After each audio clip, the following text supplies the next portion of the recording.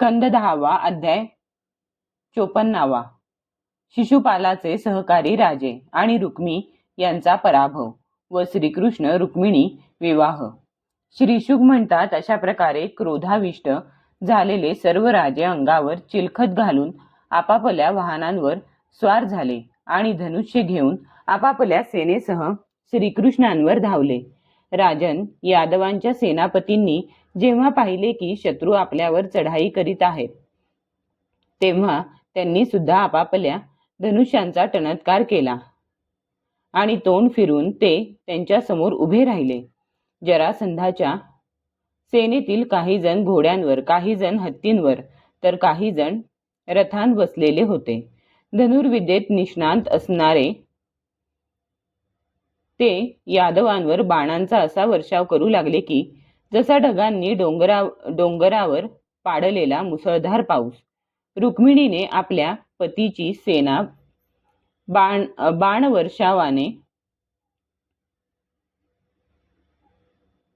आच्छादिली गेलेली पाहिली, तेव्हा लाजून भयभीत नेत्रांनी तिने भगवान श्रीकृष्णांच्या मुखाकडे पाहिले. भगवान हसून म्हणाले, सुंदरी, भिवू नकोस. तुझ्या सेनेकडून आताच शत्रूच्या सेनेचा नाश होईल.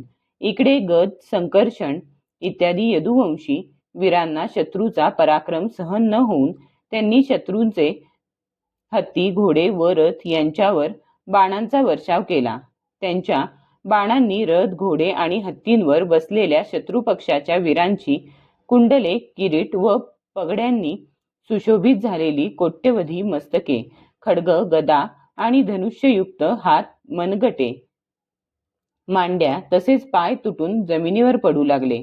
अशाच प्रकारे घोडे, खेचरे, हत्ती, उंट, गाढवे आणि माणसांची मस्तके सुद्धा तुटून रणभूमीवर पडू लागली. शेवटी विजयाची अपेक्षा करणाऱ्या यादवांनी शत्रूच्या सेनेचा धुव्वा उडविला. जरासंध इत्यादी सर्व राजे युद्धाकडे पाठ फिरून निघाले. आपल्या भावी पत्नीला पळविल्यामुळे दुःखी झालेल्या निस्तेज, निरुत्साही, तोंड वाळलेल्या शिशुपालाजवळ जाऊन त्याला ते म्हणाले, हे पुरुषसिंहा, ही उदासीनता सोडून दे. कारण हे राजन, प्राण्यांच्या बाबतीत कोणतीही गोष्ट मनासारखी होईल किंवा मनाविरुद्धच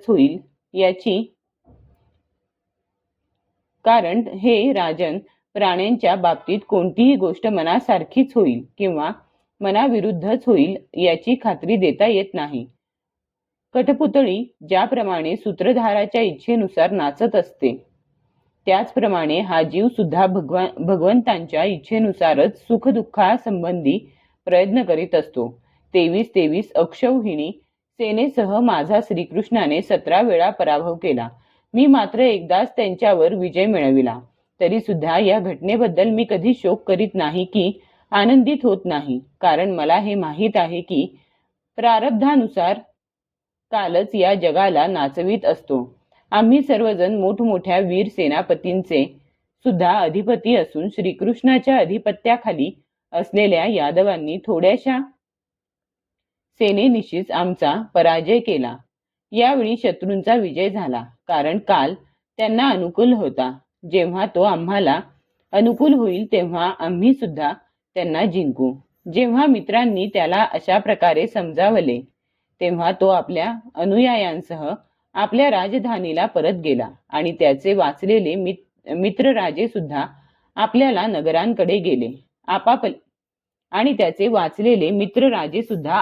नगरांकडे गेले. पण कृष्णद्वेष्ट्या रुक्मीला मात्र बहिणीचा श्रीकृष्णांशी राक्षस विवाह सहन झाला नाही. त्यामुळे बलवान रुक्मीने एक अक्षौहिणी सेनेसह श्रीकृष्णांचा पाठलाग केला. महाबाहू रुक्मी खवळला.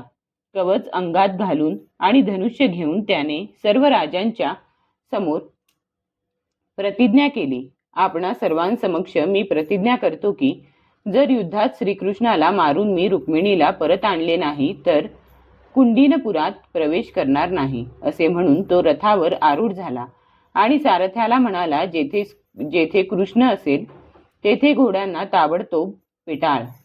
आज मला त्याच्याबरोबर युद्ध करायचे आहे. आज मी माझ्या तीक्ष्ण बाणांनी त्या दुष्ट गवळ्याच्या शौर्याचा गर्व धुळीला मिळवीन, कारण माझ्या बहिणीला तो बळजबरीने घेऊन गेला आहे. भगवंतांचा प्रभाव न ओळखणारा तो मूर्ख अशी बडबड करीत फक्त एकच रथ घेऊन श्रीकृष्णांना थांब थांब म्हणून आव्हान देऊ लागला. त्याने धनुष्याची दोरी ताकदीने ओढून श्रीकृष्णांना 3 बाण मारले आणि तो म्हणाला, यदूंच्या कुलकलंका, जरा थांब. कावळ्याने हवीरद्रव्य पळवावे त्याप्रमाणे तू माझ्या बहिणीची चोरी करून कुठे पळून चाललास? अरे मूर्खा, तू मायावी आणि कपट युद्धात कुशल आहेस. आज मी तुझा गर्व पार धुळीला मिळवतो. माझे बाण जोपर्यंत तुला जमिनीवर आडवे करीत नाहीत तोवरच या मुलीला सोडून दे. तेव्हा श्रीकृष्णांनी किंचित हसून त्याचे धनुष्य तोडून टाकले आणि त्याच्यावर 6 बाण सोडले. तसेच त्याच्या 4 घोड्यांवर 8 बाण आणि सारथ्यावर 2 बाण सोडले. शिवाय 3 बाणांनी ध्वज तोडून टाकला. तेव्हा रुक्मीने दुसरे धनुष्य घेऊन श्रीकृष्णांवर 5 बाण सोडले. ते बाण लागल्यावर त्यांनी तेही धनुष्य तोडून टाकले. नंतर रुक्मीने आणखी एक धनुष्य घेतले, परंतु अच्युतांनी तेही तोडून टाकले. रुक्मीने परीघ, पट्टीश, शूल, ढाल, तलवार, शक्ती, तोमर इत्यादी जी शस्त्रास्त्रे हातात घेतली ती सर्व भगवंतांनी तोडून टाकली. तेव्हा संतापून रुक्मीने हातात तलवार घेऊन श्रीकृष्णांना मारण्याच्या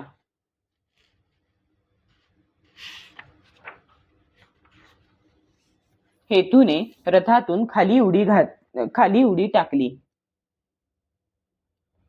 आणि पतंग जसा दिव्यावर झेप घेतो त्याप्रमाणे त्याने त्यांच्यावर झेप घेतली. रुक्मी चाल करून येत असलेला पाहून श्रीकृष्णांनी आपल्या बाणांनी त्याच्या ढाल तलवारीचे तुकडे तुकडे केले आणि त्याला मारण्यासाठी म्हणून तीक्ष्ण तलवार हातात घेतली. आपले पती भावाला मारू पाहत आहेत हे पाहून रुक्मिणी भीतीने व्याकुळ झाली आणि पतींच्या चरणांवर लोटांगण घालून काकुळतीने म्हणाली, हे देवदेवा, हे जगतपते, हे योगेश्वरा, आपले स्वरूप कोणी जाणू शकत नाही. हे महापराक्रमी, हे कल्याण स्वरूप, आपण माझ्या भावाला मारू नये. श्रीशुक म्हणतात, रुक्मिणी भीतीने थरथर कापत होती. शोकामुळे तिचा चेहरा सुकला होता. गळा दाटून आला होता. भीतीमुळे सोन्याचा हार तिच्या गळ्यातून खाली पडला होता. अशा अवस्थेत तिने भगवंतांचे चरण पकडले. तेव्हा भगवंतांचे हृदय करुणेने द्रवले आणि त्यांनी रुक्मीला मारण्याचा विचार सोडून दिला. तरी सुद्धा मारण्याचा प्रयत्न करणाऱ्या त्याला श्रीकृष्णांनी दुपट्ट्याने बांधून व त्याच्या दाढी मिशांचे पाठ काढून त्याला विद्रूप केले. तोपर्यंत यदुवीरांनी शत्रूच्या अद्भुत सेनेला हत्ती जसे कमळांचे ताटवे चुरगळून टाकतो त्याप्रमाणे छिन्न विछिन्न करून टाकले. नंतर ते लोक तेथून माघारी फिरून श्रीकृष्णांच्या जवळ आले आणि पाहताना तर दुपट्ट्याने बांधलेला रुक्मी अर्धमेल्या अवस्थेत पडला आहे. त्याला पाहून भगवान बलरामांना त्याची दया आली आणि त्यांनी त्याला मोकळे केले. नंतर ते श्रीकृष्णांना म्हणाले, हे कृष्णा, तू चांगले केले नाहीस. हे कृष्णा, तू हे चांगले केले नाहीस. असे करणे आम्हाला शोभत नाही. आपल्या नातलगाच्या दाढी मिशा छाटून त्याला कुरूप करणे हा तर एक प्रकारे त्याचा वधच होय. त्यानंतर रुक्मिणीला उद्देशून ते म्हणाले, हे पतिव्रते, तुझ्या भावाला विद्रूप केले म्हणून आमच्यावर तू रागावू नकोस.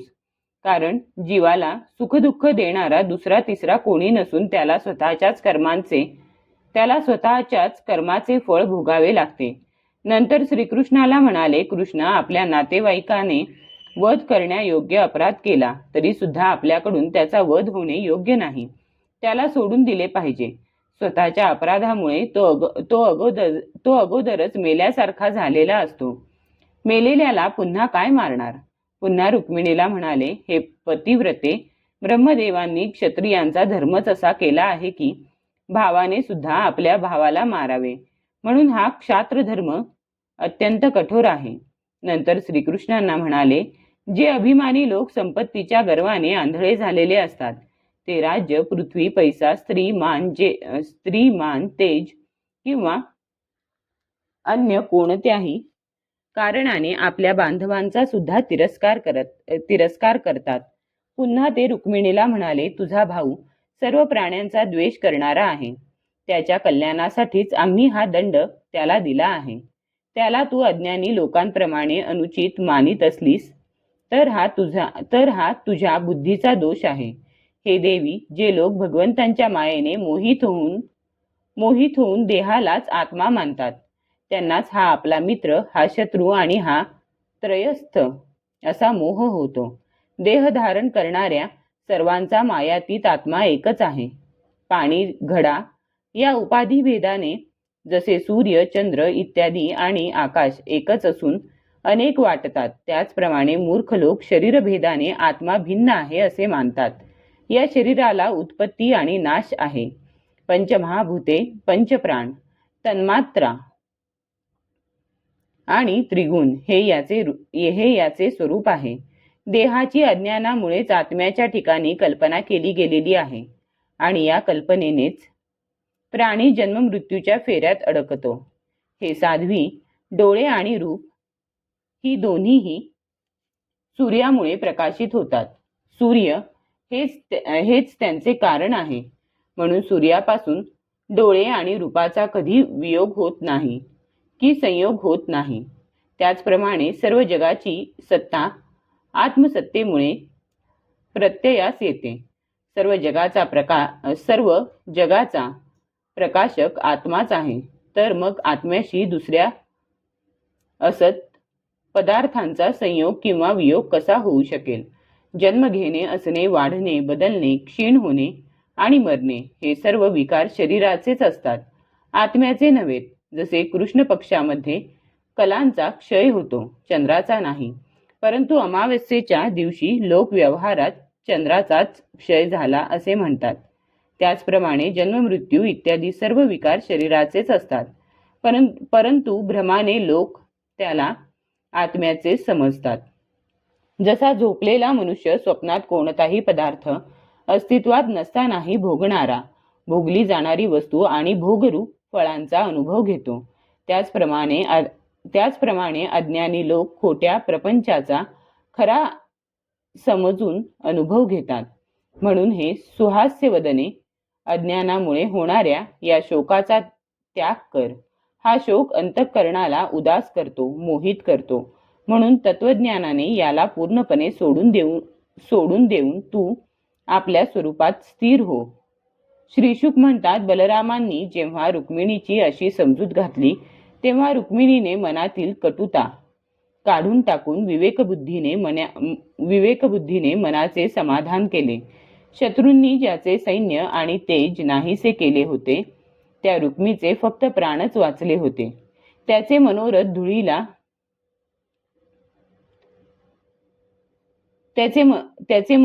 धुळीला मिळाले. आपल्याला विद्रूप केले गेले ही आठवण तो विसरू शकत नव्हता. म्हणून त्याने आपल्याला राहण्यासाठी भोजकट नावाची एक मोठी नगरी वसविली. त्याने अगोदरच प्रतिज्ञा केली होती की दुर्बुद्धी कृष्णाला मारल्याशिवाय आणि आपल्या धाकट्या बहिणीला परत आणल्याशिवाय आपण कुंडीनपुरात प्रवेश करणार नाही. म्हणून रागाने तो तेथेच राहू लागला. परीक्षिता, अशा प्रकारे भगवान श्रीकृष्णांनी सर्व राजांना जिंकून रुक्मिणीला द्वारकेमध्ये आणून विधीपूर्वक तिचे पाणी ग्रहण केले.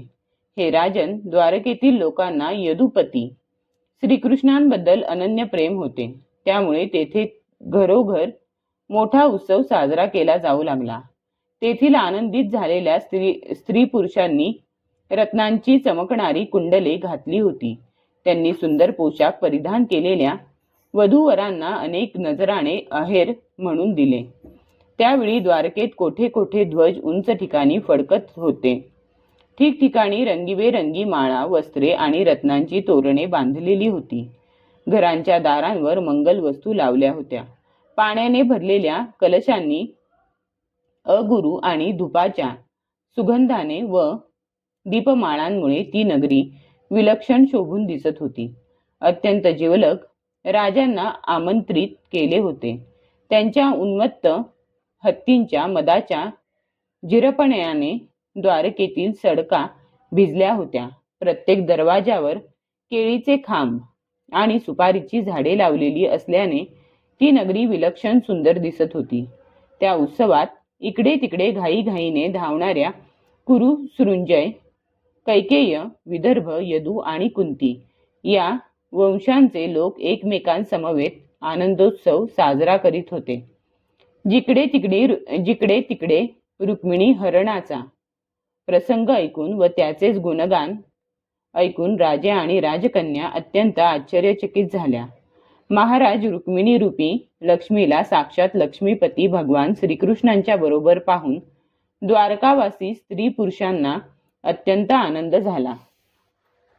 अध्याय 54 समाप्त. अध्याय 54 समाप्त.